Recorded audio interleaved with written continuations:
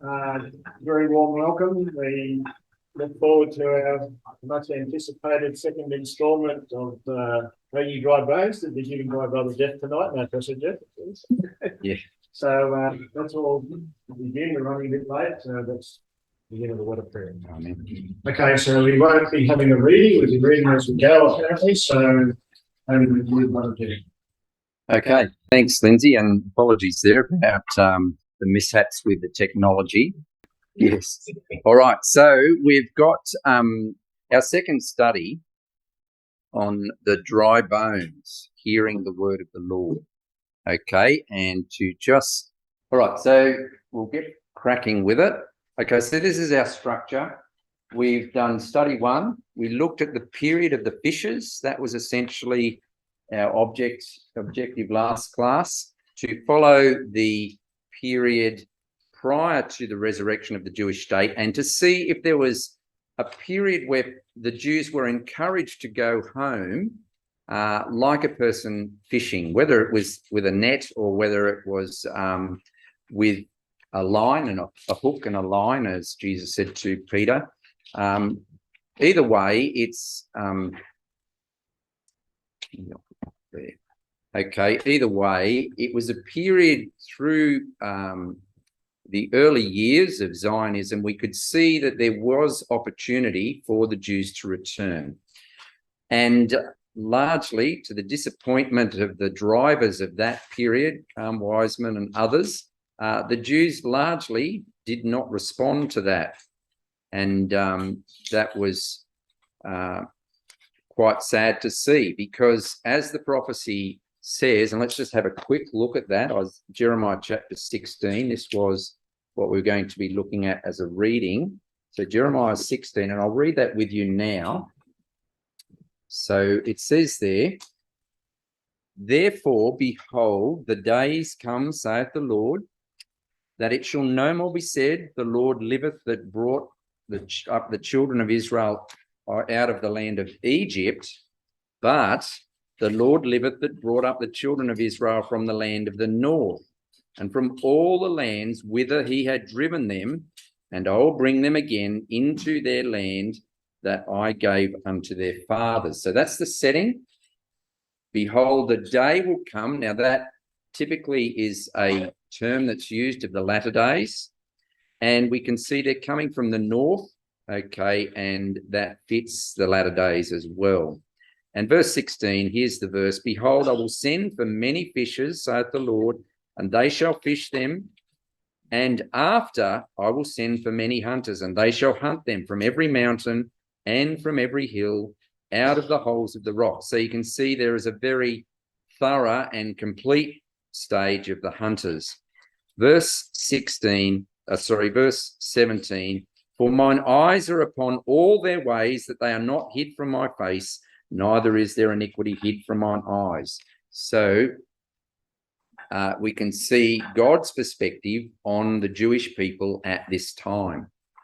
And we're going to look at the Valley of Dry Bones. We're going to go to Ezekiel 37 and look at the two prophecies there and see if we can get some meaning from that. Okay, and then our third study, which is we'll talk about at the end. Okay, so this is largely the structure of what we're looking at, this quote from John Thomas. Okay, the truth is there are two stages in the restoration of the Jews. The first before the Battle of Armageddon, the second after it, and both are pre-millennial or pre the kingdom. Okay, now this is what we are focusing on. This scripturally is, or prophetically is termed, the return of Judah. We looked at one last week, the behold, the days come, when I'll bring again the captivity of Judah and Jerusalem. So Judah is used there in the context of the prophetic message to indicate the Jews coming back in 1948 and 1967. And you can see that verse is alluding clearly to that. The second event is termed Joseph or Ephraim throughout the prophets. And they seem to be used interchangeably. And I haven't got a really good explanation as to why that happens, but maybe you might have some ideas about that at the end of the class as we go through Ezekiel 37. Okay, but these three studies we're doing is purely looking at this. The study of Ephraim is another whole study in itself, fascinating with detail. There's probably more detail on that than there is on the return of Judah. Okay, so that's what we're looking. This might help Benji. I think he was alluding to this type of question. How does it all fit together? This is what we're looking at, the return of Judah. We'll explain that a little bit more as we go along. Okay, and last week we considered the period of the fishes, and we saw a building momentum up into the 1920s. Okay, and there was clearly an opportunity for the Jews to freely return. And it was largely the Jews from Eastern Europe, from the pogroms of Russia, that came and settled because they had very little to lose. And we can see the Jews in the West largely were complacent about this wonderful opportunity that was presented them. And we can conclude from that, without a compelling force acting upon the Jews, they didn't respond. And the hunters were going to provide that compelling force. And this is where we're going to look at tonight. The hunters, and notice it says after, there's no if they don't respond to the fishers, it's just the fisher period will happen and then the hunter period would follow. According to the prophet's message. And notice how thorough they would hunt them from every mountain, from every hill, and out of the holes of the rocks. And we'll see how that actually was what happened. So that really brings us to the story of World War II. Now, we're not going to focus a lot on the detail here. We're just going to be considering it in the light of prophecy. And a lot of people have sort of questioned this, the return of the Jewish people. And, you know, you can see in history that clearly World War II and possibly World War I were significant sort of cataclysmic events that facilitated really the birth of the Jewish state. Why aren't they mentioned in Scripture? Now, I've heard this question asked. Why is there no allusion to these, you know, cataclysmic events that turned the world upside down? They don't appear to be mentioned in the Bible. Why is that the case? Surely you'd think if you know, they were significant, they could be mentioned. Well, let's read the Bible carefully and see if we can find some allusions to that. And it was really the 1930s that the Nazis rose to power and the fate of the Jewish people in Western Europe became sealed as the borders of Europe were closed and the Jews were unable to escape. And the Holocaust occurred during this period. And we're not going to look at that tonight, the dreadful detail of the Holocaust. We're just going to look at the overview.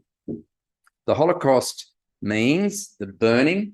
Okay, in fact, the Jews call it the Sha'ar, which means a burnt offering.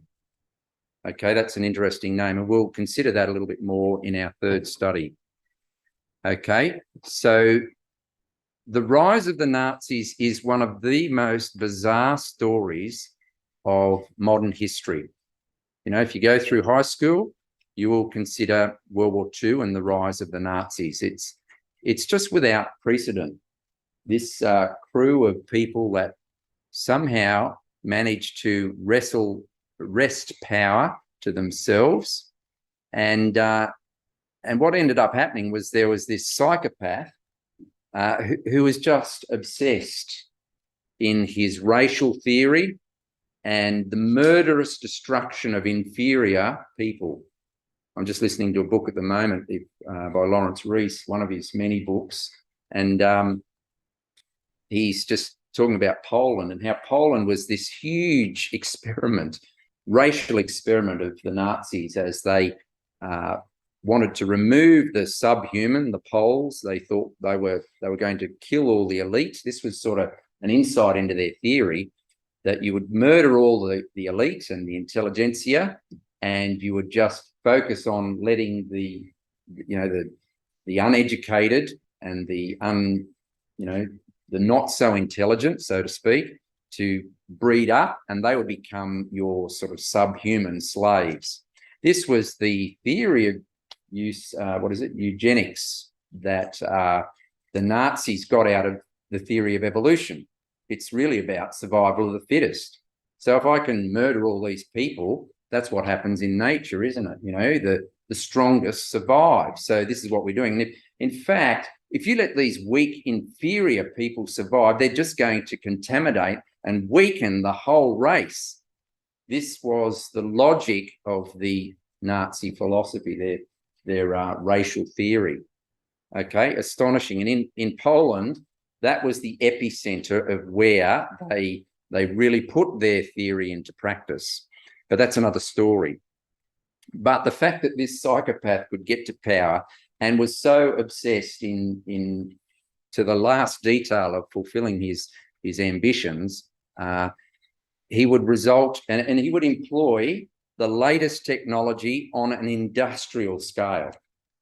It's just, the Industrial Revolution had happened a century or so prior to this, and now it was in full swing. And he would employ all of the latest technology for mass murder. Just an astonishing thing. And as a result of him coming to power, he would completely extract the Jews out of European society, completely dislocate their connection so that they had to leave. And there we have them. Does anyone know who those guys are? You obviously know who Hitler is. Who's the guy in front of him, just to keep you awake? Okay, this guy here. He was the infamous Himmler. And this fella over here is Hess. That's right. So there they are. They've just invaded Austria, or annexed Austria there. That's and this was sort of the euphoric early days of the Nazis. They were having spectacular successes and people were cheering. And in fact, you can see them in the background, hanging out the windows, cheering and waving as they went. A very euphoric event for the Nazis at this time. But as the prophet said, they would come to hunt for the Jews. And that is exactly what they did. Precisely, you couldn't get a better description of how these people sought out the Jews. And this picture just captures the whole frightening essence of the prophet's words. There they were, exactly as the prophet foretold. They went and hunted them from the barns and the holes that they dug. They literally dug holes under houses and lived in these holes for 5 years. And many of them eventually were sniffed out by the dogs, and they were rounded up and sent to the death camps. Okay, and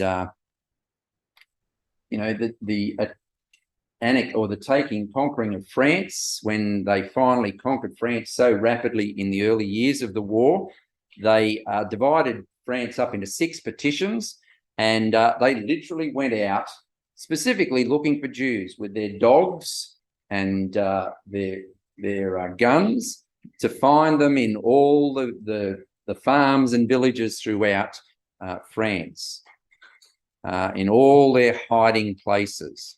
And probably the story of this little girl captures the tragedy of it most.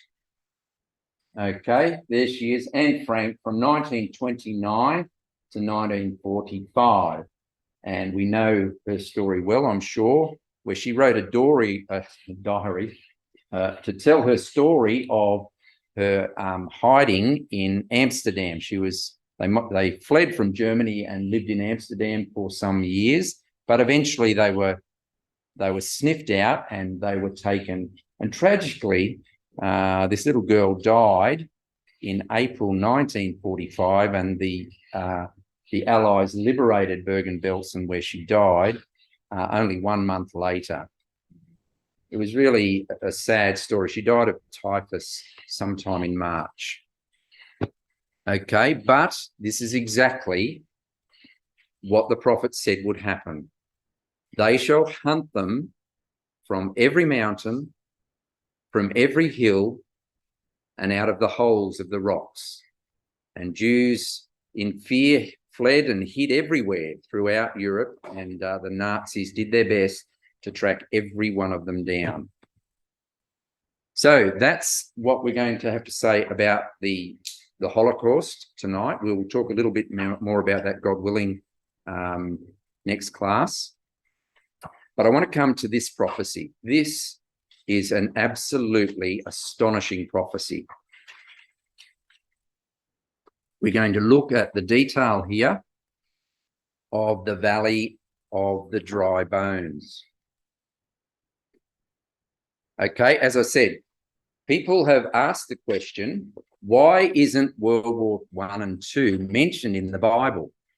It was an event that really involved the whole of mankind to a lesser or greater degree. And it was so cataclysmic and so significant in the return of the Jews of the land. Surely there should be a prophecy about that.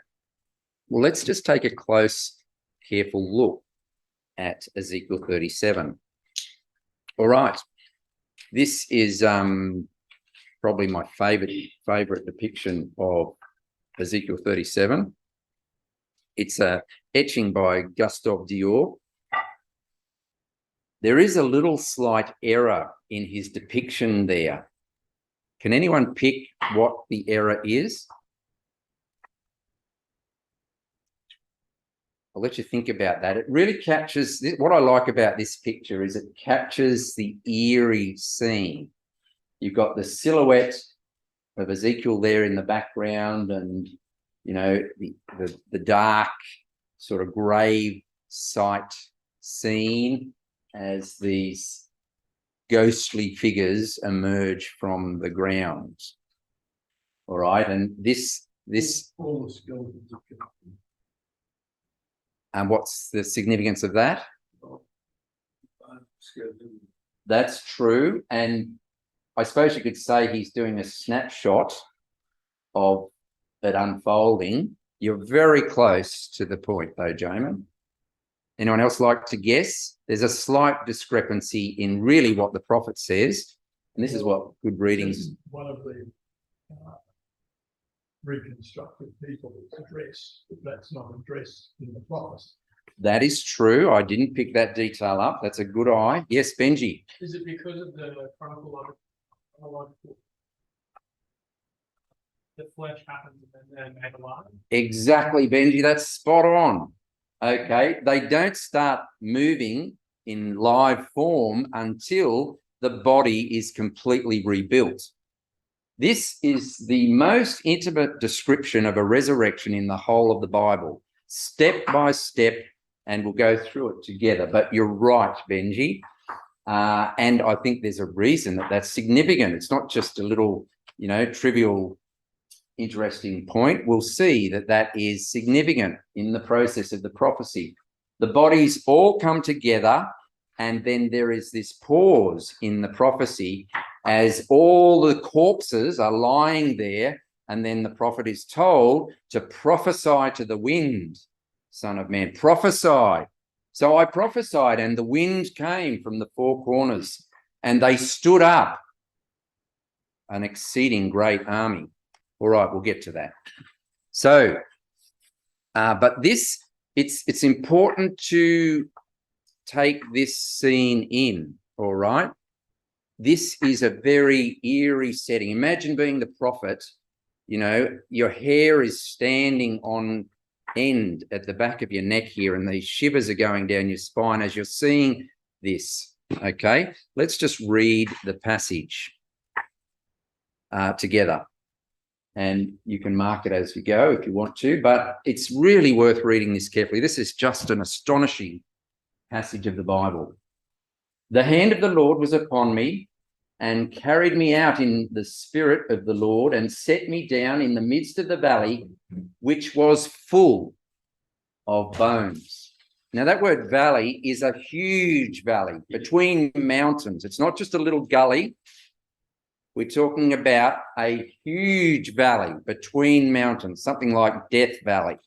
All right, you can imagine this dry, parched wilderness. And it's full, absolutely full of bones. So just in your mind, imagine this scene. You're the prophet and you're being taken by the Spirit through this. And you're just trying to get your head around the scale of what you're looking at. As far as you can see, there are bones, thick across the ground. Can you feel the eerie scene? This is horrifying. I mean, what on earth has happened here? This is what's going through. What is it? Is it a plague? Disease? Genocide? What has happened to all these bodies? You've never seen so many bodies before and their bones scattered throughout this large valley, not even buried. I mean, this is a Frankenstein story as this body comes back to life. Okay, let's read on. And it caused me to pass by them round about, and behold, there were very many. Not just there were many, there were very many in the open valley, and lo, they were very dry. You can imagine it's, you know, a place like Death Valley where it's just a wilderness and it's so hot, they're just baked in the sun. You could say they were burned in an oven, to use a term that might be appropriate. Okay, and they're very dry. And he said unto me, Son of man, can these bones live? And I answered, Lord God, thou knowest. Let's read on. And again he said unto me, prophesy unto these bones, and say unto them, O ye dry bones, hear the word of the Lord. Can you hear him crying out across this huge valley to all these bones? What an astonishing scene this is. Thus saith the Lord God unto these bones, behold, I will cause breath to enter into you, and you will live. And I will lay sinews upon you, and will bring up flesh upon you, and cover you with skin, and put breath into you, and you shall live. And you will know that I am the Lord. This is a spine-tingling story, isn't it? It's just amazing. As you just try and imagine yourself as Ezekiel there in that valley, crying out to these bones that are as far as the eye can see. And as a result of this, everyone would know that I am the Lord. So I prophesied as I was commanded. And as I prophesied, there was a noise, and behold, a shaking. And the bones came together, bone to his bone.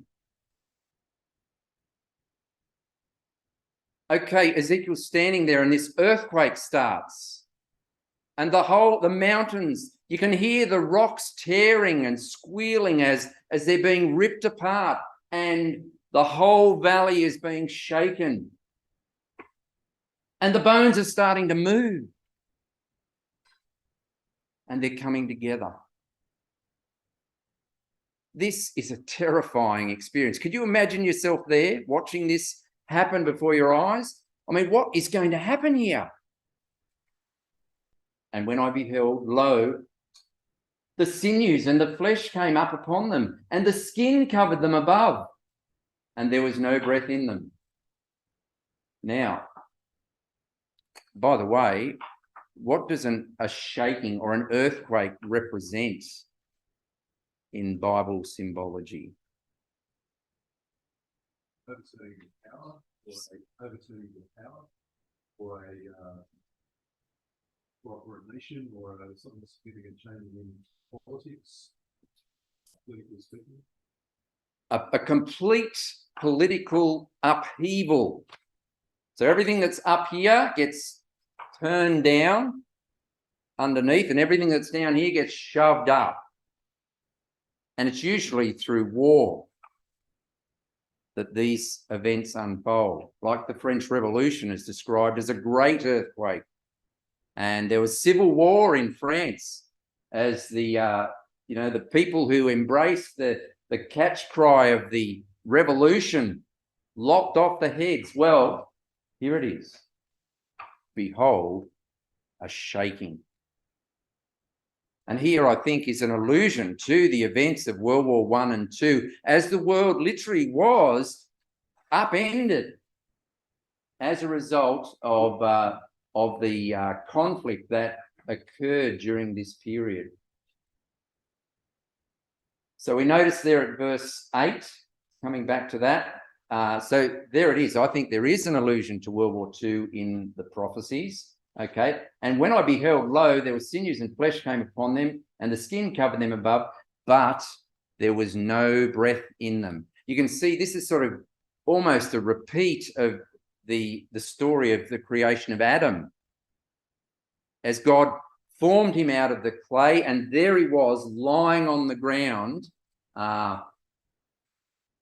It's sort of a bizarre thing. Usually when we see a dead corpse, it goes the other way. They decompose and return to the ground. Well, this corpse has been rebuilt and brought back to the point of life, but it's not there yet. There has to be the spirit and the breath entering into them.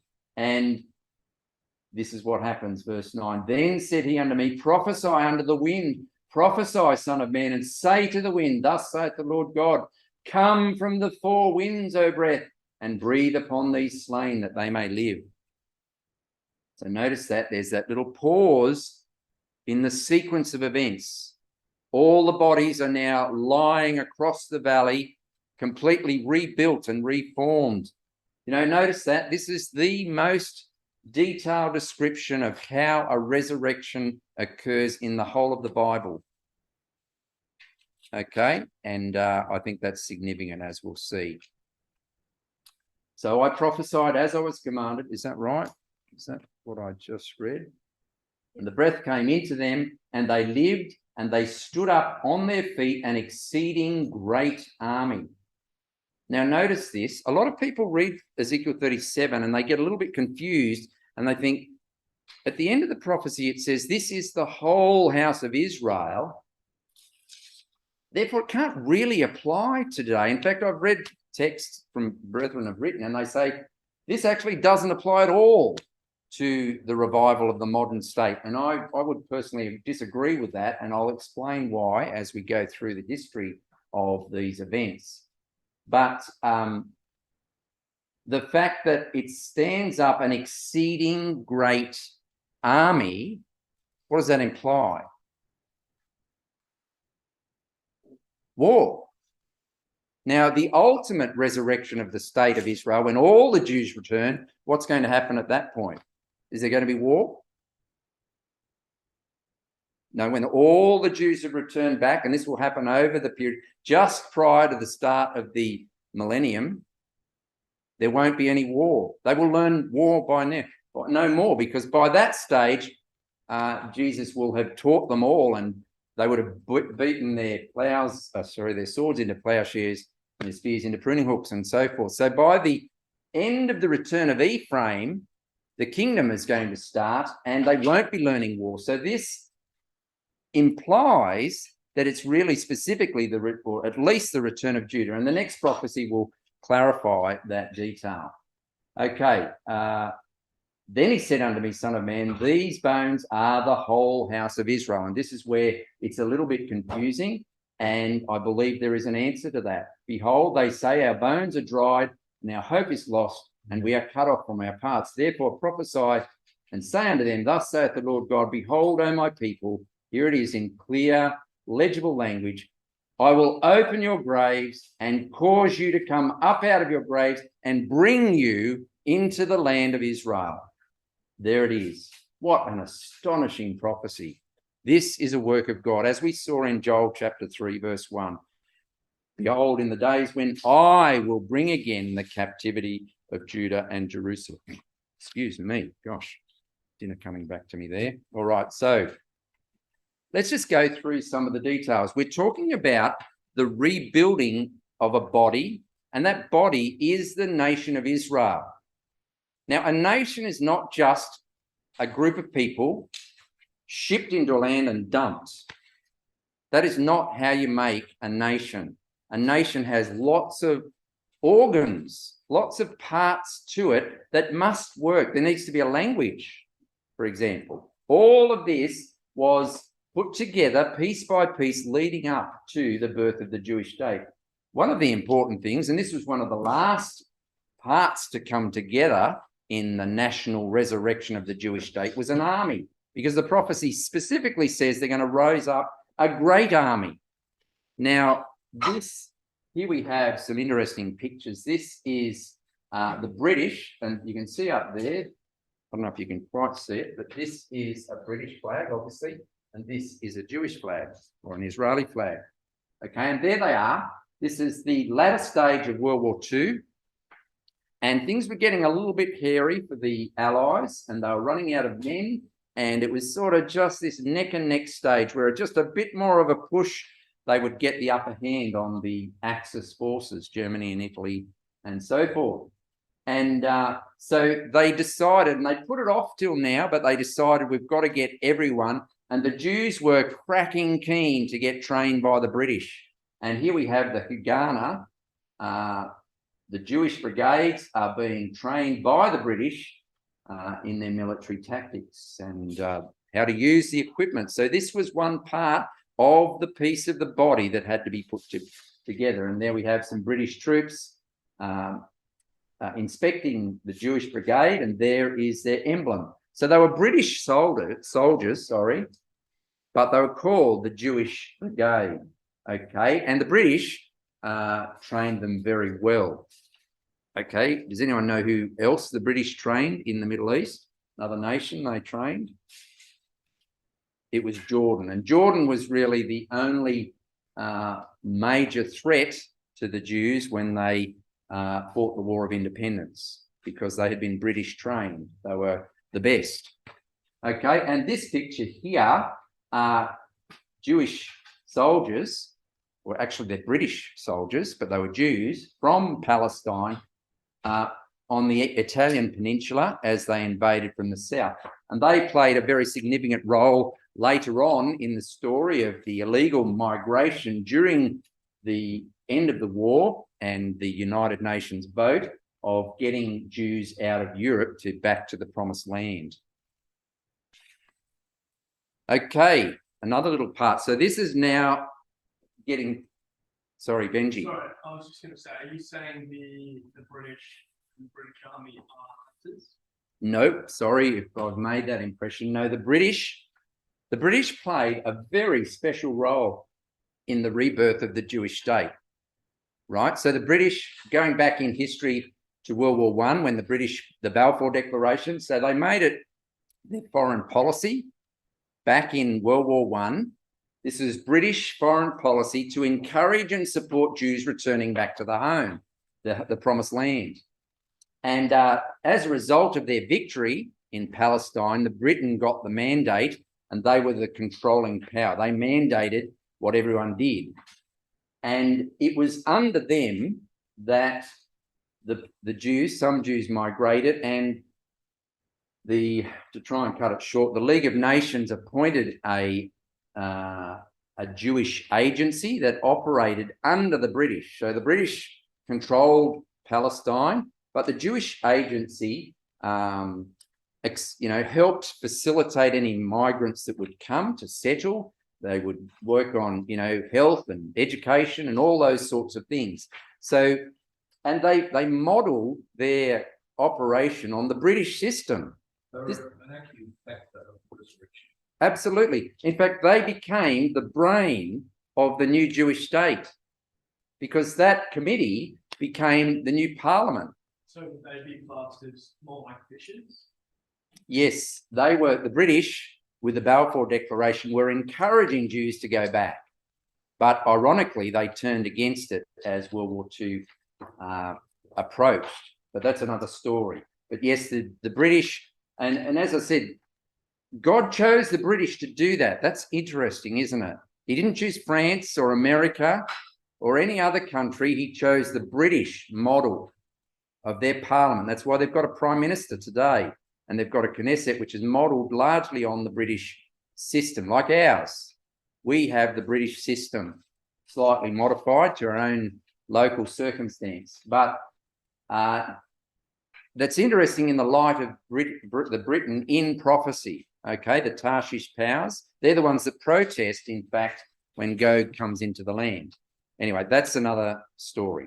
Are you also saying that they basically had a ready-made army, which is part of that state, right? You need all these little bits, and an army is one of those bits, and this is how they got it. Absolutely. You've said it better than I could have said it, John. Thank you. That's precisely it. So the army was one of the parts of this rebuilding of the body. Okay. Now we come to this. This was the closing days now of the mandate. So the Arabs, you know, I don't know if there's a better way to describe it, but they really were miffed by this whole process. They felt left out. And as a result, they kept causing trouble. And there was this Arab violence in 1947. And you can see the British Tommies running around trying to control this dissent in Jaffa. But you can see these birth pangs are getting very violent by now. And it was just one big headache for the British by 1947. So World War II has happened, and Britain had won the war, but they had lost the appetite for the mandate completely because they were broke. They were trying to rebuild their own country after the war because they were suffered a lot of damage under the German bombing and so forth, and submitted a lot of troops. And now to have to hole up 100,000 troops in Palestine was just, they couldn't afford it and they weren't interested. And this was going on, and they said, I'm sick of this. And they just went to the UN in 1947 and handed back and said, we are going to abandon the mandate. We'll give you 6 months. Okay.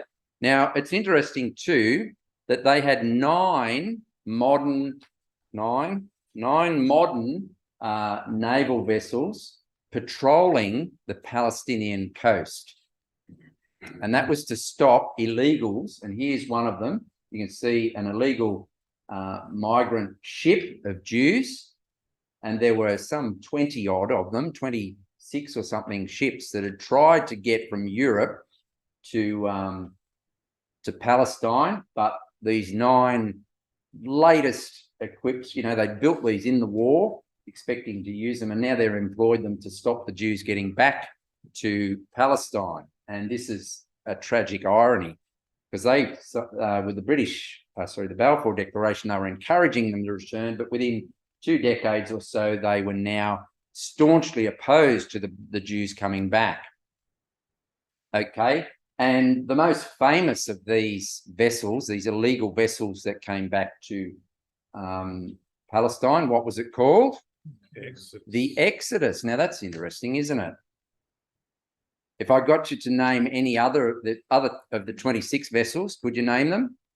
But one of them is called the Exodus. Now, why would they call it the Exodus? What a strange name, really. We know why they called it the Exodus, or we know why God, in fact, oversaw that it was called the Exodus, because this was really a return. In fact, if you read Leon Uris's book on the Exodus, he has them, when they were holed up in the port and they couldn't get out, they were stayed there and they protested and until they let them go. And he says that they put this banner on the ship, "Let my people go." Okay, what's he quoting? He's quoting Moses to Pharaoh. That's right. Okay, so you can see there's all these little allusions there. Okay, so Britain was now absolutely over it. They didn't want to be fighting this holding this and this huge expense. They wanted to focus on rebuilding after the war. So they handed back the mandate to the UN, and the UN appointed a committee. Anyone know what the committee was called? UNSCOP, it was called, the United Nations, and here it is, the United Nations Special Committee on Palestine. Okay, and this little collage is very interesting, okay? You think, oh, what on earth is going on? It's a very busy picture. And of course, there's up the top, I'll stand up and show you this detail, just so I can, instead of pointing on there. So here we have the Exodus. This is the famous vessel. You can see it's been rammed here. It's all smashed. That's as a result of the British taking it over. And in fact, you can see the British all along the top here. There was a number of people killed in this instance, including an American citizen who was on there too. He was a journalist, and that obviously got more publicity as a result. You can see here's the UNSCOP committee. The day they arrived in Haifa, there's the Exodus in the background. See that? Where is it? Yeah, I think it's that. Maybe I've hidden it under there. That telltale lifeboat there. All right. So coincidentally, in fact, let's take a step back. What happened was that they appointed this committee, UNSCOP, to go round and look at and come up with a recommendation as to what we should do about this problem. Okay, because Britain doesn't want it anymore. So this is fascinating. So the United Nations, this is the committee of all the nations, said, right, let's get a representative committee now to inspect this situation. And this is what they did. They spent several months going around. They seconded a building in Jerusalem, and there they are, set up in their thing, and they reported and recorded and came up with their recommendations.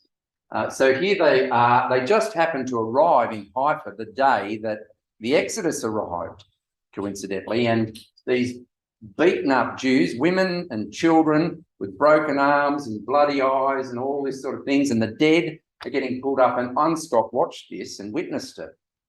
In fact, here is the UNSCOP committee on this liner in the background. This liner is full of the people from the Exodus being exported out of Palestine. Do you know where they took them? No, they didn't go to Cyprus. They went back to Europe, and they ended up back in a concentration camp because that was the only place where they could survive while the United Nations tried to resolve the problem. I mean, how tragic is that? These people had survived by the skin of their teeth, and Bevan was the High Commissioner at the time, and he sent them back to Germany. That was how inspiteful he was. Tragic situation. And all this had an impact on the minds of the UNSCOP committee. Now look here they are, right? We're talking about the resurrection of a body, a nation. So they went around and they checked it out, and they went up into, these deserts. Here they are, these deserts are now agricultural fields producing goods. They went into textile plants. These are all the parts of a vibrant nation. What a bizarre thing that the united body is now inspecting the body that has been rebuilt. This is effectively what's happening. There's Ben Gurion testifying to the UNSCOP committee about his experience on the Jewish agency. Here they are in Jezreel. You can see the beautiful Jezreel valley in the background. All these little children here to meet them. The Jews obviously took advantage of the media and the propaganda value of it all. But this is all the land that the Rothschilds bought, and you can see they're farming it. So these guys, I mean, this was only a couple of decades, was just wasteland, swamps. And here's UNSCOP, the representative of the world, looking and inspecting the body, the nation that has been put back together. Here they are, the religion at the Western Wailing Wall. Okay, and here they are right down in the Negev. You can see this guy's just flabbergasted at how they are harnessing water and bringing this barren land back to life. Okay, and here's some of the fruit they're inspecting. Look at the size of those grapes. It's almost like Caleb and Joshua again, isn't it? Carrying it on their shoulders. Not quite, but you know, you can see there. So they went round and they came back with their recommendation in October, I think it was, of 1947. And their recommendation was to petition the land. They said, yes, we recommend that we should allow the Jews, petition so that the Jews and the Arabs can have separate states. Pre-1947 or? Pre the vote. So it's in 1947. All these things that they're inspecting, like the textile factories in the agriculture, have been pre-1947 run by Jews in Correct. an official state. Is that what you're saying? Yes, the Jewish Agency has worked on this under the British. So these are the parts of the body. The body has been rebuilt. Can you see what I'm getting at here? This body has been put back together. It's not just a stack of migrants arriving on a boat at the port and thinking, well, now what do? All the vibrant parts of a body, including the government, Ben-Gurion was elected as the first Prime Minister, is there. All the parts have been put back together and the world body looks at it and inspects it. How incredible. They go and inspect every little bit and they go, yeah, it all works. Yes, Cooper. So when you said that they didn't have like reports or whatever, they had taken back to concentration camps, was that in the same year? Was that in 47? That was in the same month. Okay. Well, so they arrived here. They didn't let them go anywhere. They kept them at the port, brought in the ship, loaded them on and back to France and then up into Germany. Was that in Leon Harrison's book too? No. Finished there. Didn't the Exodus get there in his book? Yeah, but it finished did. there. Sorry? I think it finished there. It did. It finished there. So no, that's not in the book. Finished. But history goes on to show, and this was a result of Bevan, who was the British High Commissioner. So Britain still had control, but they had relinquished that, and they were just in a babysitting role until the UN decided what to do. But Bevan had had a gutful of them by this stage, and he was just really nasty. Bevins are a bit like that, yeah. Sorry, Marianne. Between the League of Nations and the UN. Okay, the League of Nations was formed at the end of World War I, and there was only about 6 or 7 of the big superpowers that were represented on that, and it failed very quickly, especially when Germany sort of just skyrocketed back under the Nazis and it just collapsed. So it was largely Woodrow Wilson's idea, but who was Truman? No, it wasn't Truman. Who was before him? Who was the guy in the wheelchair, the president of the United States? Roosevelt. Yeah, he was the one that sort of reinvented Wilson's idea of the League of Nations, and he thought, we're going to do this great big UN thing. And obviously he thought that would be a grand legacy that he would leave the world, but he died during World War II and was replaced by, what's his name? Truman. That's right.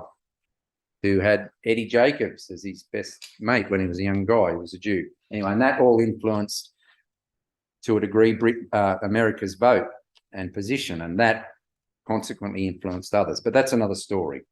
Okay, so here we have the day finally came in 1948. In fact, sorry, I missed the story. So there was the vote was taken on November 29, 1947.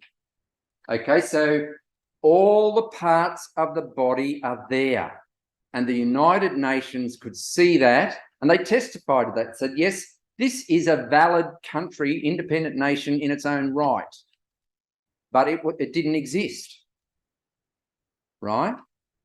All the bits were there, but as a national entity, it didn't exist. And the United Nations, you know, they came back and recommended the vote, and they took the vote, and Jews everywhere around the world, here's the United Nations in the vote, okay, and there wouldn't have been a Jew anywhere in the Western world that didn't listen to this event. It only lasted for about 2 or 3 minutes, but it would have seemed like it almost lasted the entire dispersion or diaspora of the Jews. But it was it's a remarkable situation. You know, it's not a superpower deciding, yes, you can exist. No, you can't. It was a vote. No one knew what the outcome was really going to be. You know, the proverb comes to mind, the lot is cast into the lap, but the whole disposing is of the Lord. Okay. This is just unprecedented. When has that ever happened before? Let's all just take a vote. Will the nation of Israel be born? How about we all vote? You know, that just never happened anywhere in history. It was all about conquest and power and greed and all those things. But here we are. This body inspected the parts and said, yes, it can live. Now, that was in November 29, 1947. When was the Jewish state or Declaration of Independence? May 1948. So 6 months later. Now, here's the interesting allusion to the prophecy. Okay, so everything is improved. They've approved it. All the parts of the body are there. And they said, yes, you can live. Remember the prophecy said, there was this pause in the prophecy. The body was completely put together, but there was no breath. And it lay there until the prophet prophesied to the wind for the 4 winds. And all the 4 winds came and breathed into the body the breath of life, and it stood up an exceeding great army. Now, they've made the vote, but this body has to lie there for 6 months. All right. And the Arabs said, right. So they got together all their military, 5 or 6 Arab armies, got all their equipment and massed on the border. And they were allowed, because they were independent nations, they were allowed to import arms, and they bought all the latest gear from Czechoslovakia and all the leftover stuff from World War II. They shipped it in by their truckloads and lined it up on the borders of Israel, ready to attack when they declared independence. But Israel was lying there like a dead corpse, and the British would not let them do a thing. They could not import any armaments. They couldn't train. They couldn't do anything. They're lying there as this massive, you know, army is forming around them, and it's lying there powerless. They couldn't import anything. They couldn't do any financial transactions, nothing, because they weren't a nation. What a remarkable situation. This is incredible. For 6 months, they lied there. And it got so desperate that the Secretary of State of the US phoned up Ben-Gurion just before he made the declaration. He said, look, mate, you've got to stop. This is going to be suicidal. You can't go ahead with this. This is suicidal. You are responsible for the death of all these people. These Arabs, you just look at the size of them. They're outnumbering you 10 or 20 to 1. They're just going to mow you into the desert and push you into the sea. You know what Ben-Gurion's response was? He said, I can't do anything else. The whole weight of our destiny is on my shoulders. I have to vote yes, or make the Declaration of Independence. What a gripping story this is. All right. So as we know, Ben-Gurion, so the British left in the morning on the day, 1947, 15th of May, they left. And then this body, independence was declared, and war was full on right the very next day. They had to fight a war, just like the prophecy said. They would stand on their feet, an exceeding great army. How remarkable is that? I've got a bit ahead of myself there. But when the vote was through, there were celebrations all around the world by the Jews. They couldn't believe it. 33-13 with 10 abstentions. And Britain was one of those abstentions. Yes, that's right. And Russia voted in favour.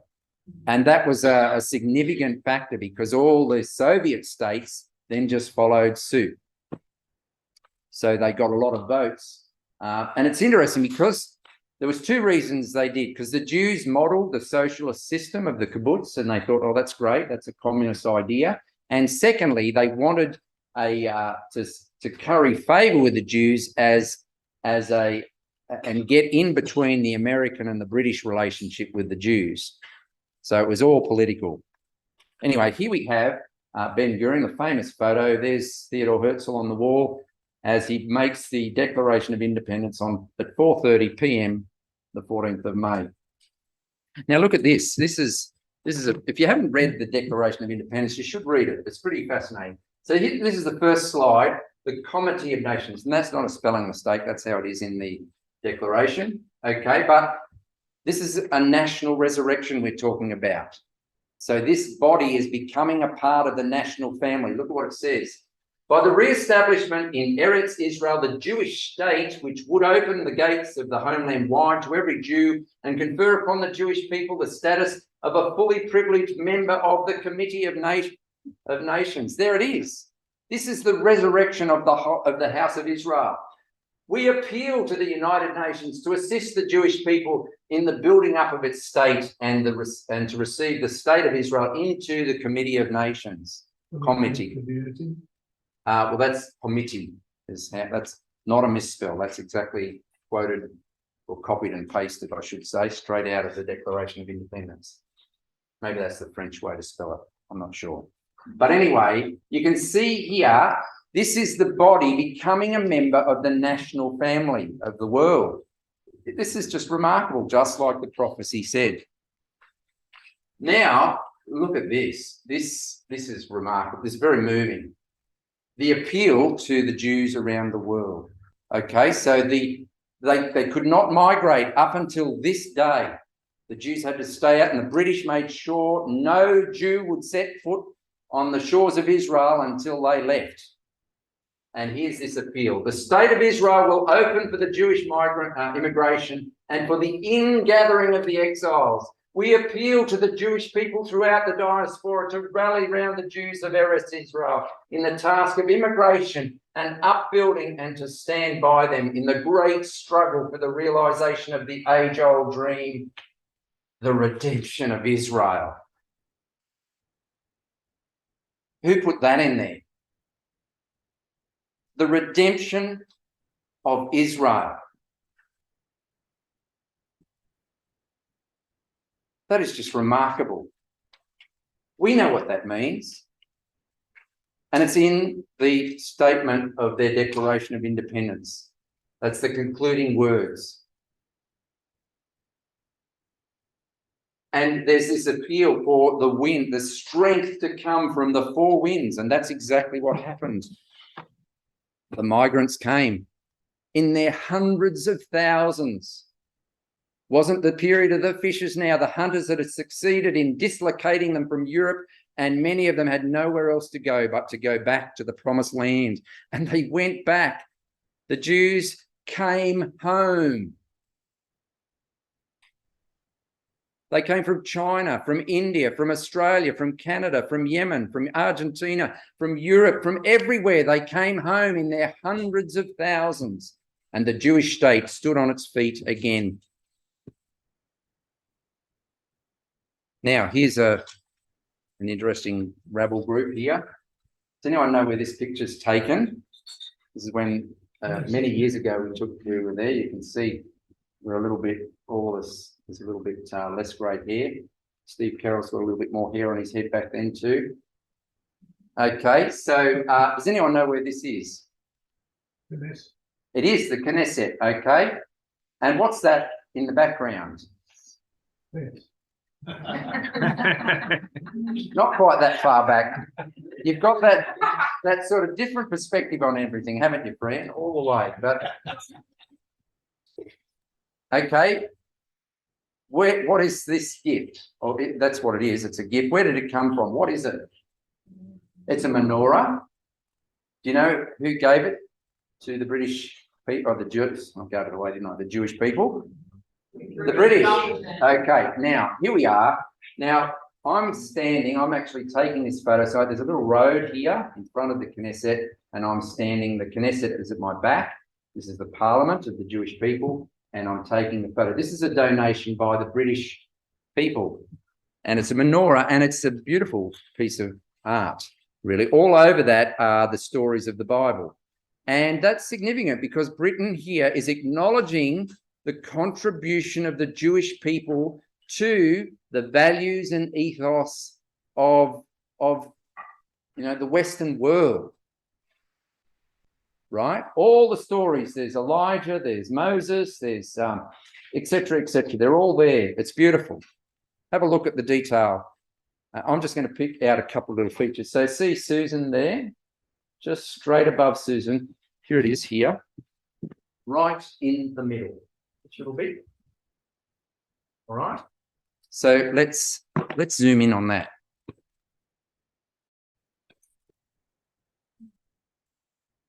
What is that? It's the dry bones. Here's Ezekiel. Here's the four winds. And here's the bodies standing up. Now, this is a donation by the British government. This is not just a philanthropist who's deciding on a nice thing to do. This is a formal donation by the British government. Why would they put that there? And it's not just anywhere, it's right in the middle.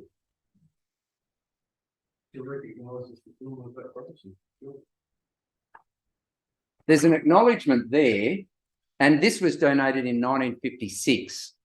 And I suspect there's a little bit of guilt here in the British gesture, because they realised how hard they were on the Jewish people, and the Jewish people did it tough.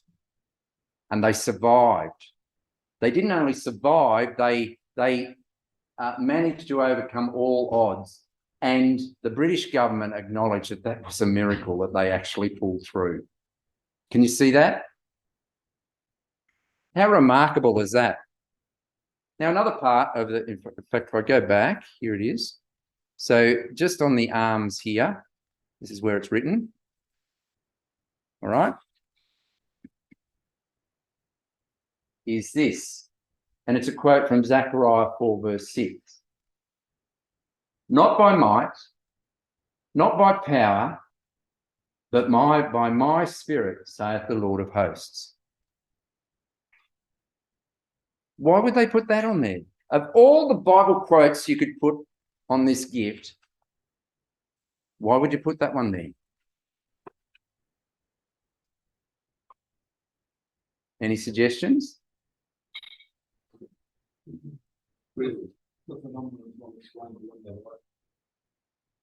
There's an acknowledgement. Now, the British, they were the ones that intimately knew what happened. They were there in control. They witnessed it firsthand more than any other nation. Look what they're saying about it all. You know what the prophecy says at the end of the prophecy of Ezekiel 36? How are we going for time? Goodness me, sorry. Okay, we won't go there. We'll come to it in a second. All right. There it is. The heathen shall know that I am the Lord, saith the Lord God, when I shall be sanctified in you before their eyes, for I will take you from among the heathen and bring you into the land. And there is a partial fulfillment, at least, of that. Now, I said I would quickly go through this, and I will. I apologise about the time here, but we need to look at this last prophecy, because a lot of people get confused and they say, how can you be absolutely sure this is talking about Judah and not the whole house? Well, the next prophecy clarifies that for us. Let's just come quickly to that. Ezekiel 37. This is another fascinating thing. Now, we need to understand the story of Judah and the story of Ephraim. And just quickly, we have two tribes. The king was from Judah and the king was from Ephraim, the first king at least. Who was he, by the way? The king of the 10 tribes. Jeroboam, that's right. Okay. Judah ended up going into the Babylonian captivity, and the northern 10 tribes, Israel, went into the Assyrian captivity and never returned, interestingly. These did return under their own volition, okay, back to the land. Ephraim, or the 10 tribes, were lost. There was never a formal event where the 10 tribes came back, okay, known as the 10 tribes. And they're typical of the events before and typical of the events after, because these Jews are not going to be forgotten about. They will come back. All right, but this amazing prophecy, no, sorry, let's quickly have a quick look at it.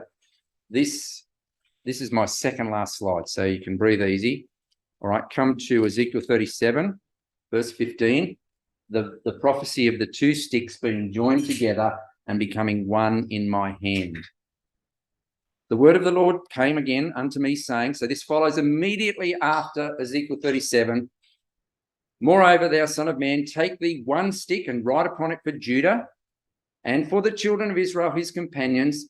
Then take a stick and write upon it for Joseph, the stick of Ephraim, and for all the house of Israel and his companions. So the house of Judah is not just the two tribes, Benjamin and Judah, and the stick of Joseph is not just the other 10 tribes. It's all the tribes. They are representatives. See what it's saying there? All the other tribes of Israel that are in that stick, they're represented by the behavior of Judah and by the behavior of Ephraim.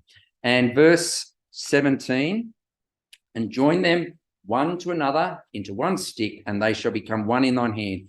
And when the people of the children of thy people shall speak unto thee, saying, wilt thou not show us what these things mean? Say unto them, thus saith the Lord God, behold, I will take the stick of Joseph. Notice this. This is really important to read it carefully.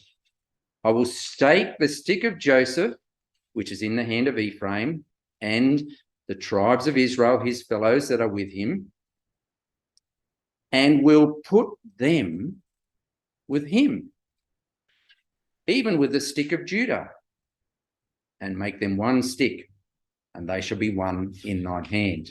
So where is Judah? Judah is in the land. And who comes along next? Ephraim. And Ephraim is put with Judah. There it is. There's the prophecy that shows the two stages of Ephraim and Judah.